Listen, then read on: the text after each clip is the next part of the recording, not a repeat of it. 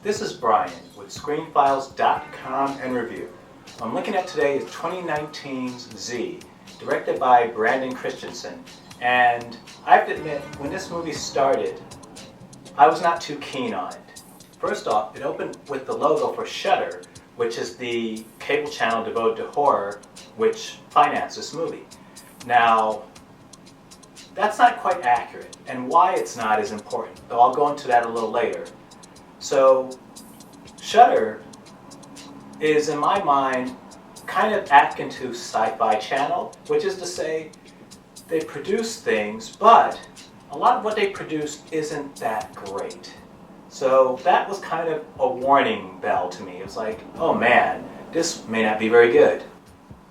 Though the caveat is that services like Shudder, Sci-Fi, Netflix, HBO Max, and so on will sometimes buy an already made movie and show it on their service. So what happened was that Shudder came after the fact and purchased Z.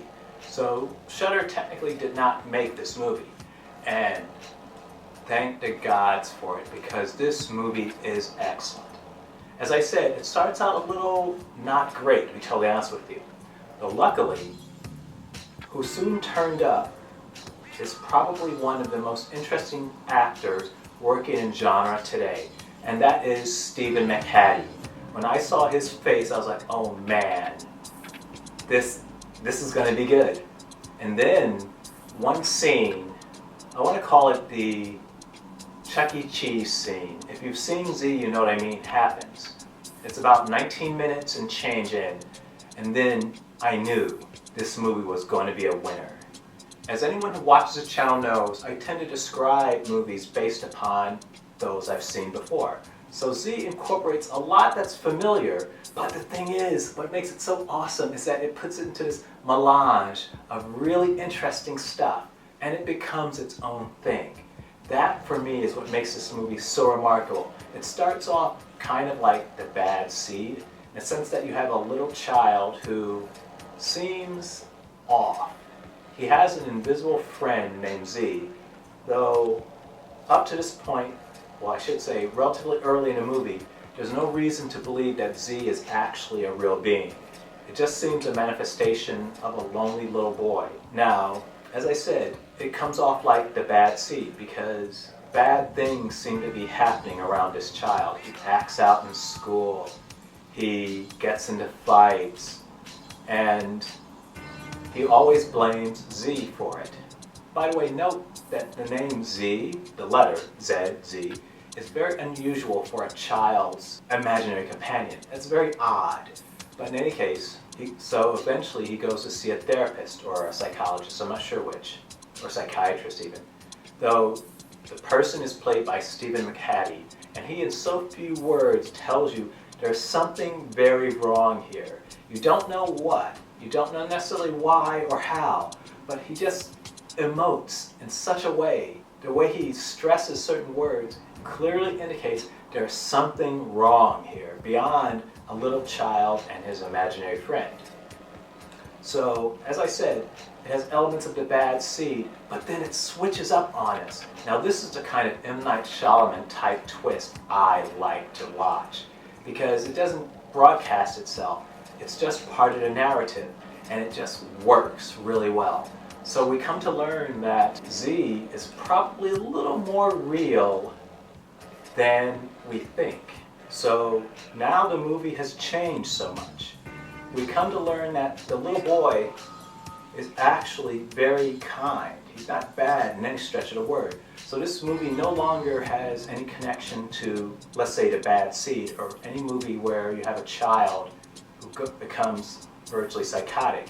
And it starts to become more like The Entity, which, if you recall, is a movie revolving around a woman that's been haunted by this invisible presence. So the very nature of the film has changed. And so the mother of the little boy works to distract the entity so that it follows her as opposed to him. So it's really interesting, and it's very well acted, it's very well shot. And as I said before, there's nothing new under the sun. Everything you've seen before.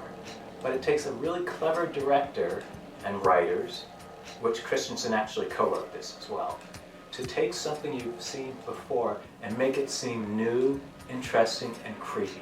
And that definitely is the case with Z. And I should also mention that it's very jump scary, but normally that's an insult, but not in this case, because it's jump scary in the sense that events happen, but it's not necessarily done to just get you to leap from your seat. It's done in a way that advances the narrative. And to be certain, Z doesn't do anything new. But again, that's where it excels so much. It takes things you've seen before and remixes them in such a way that it's just fascinating to watch.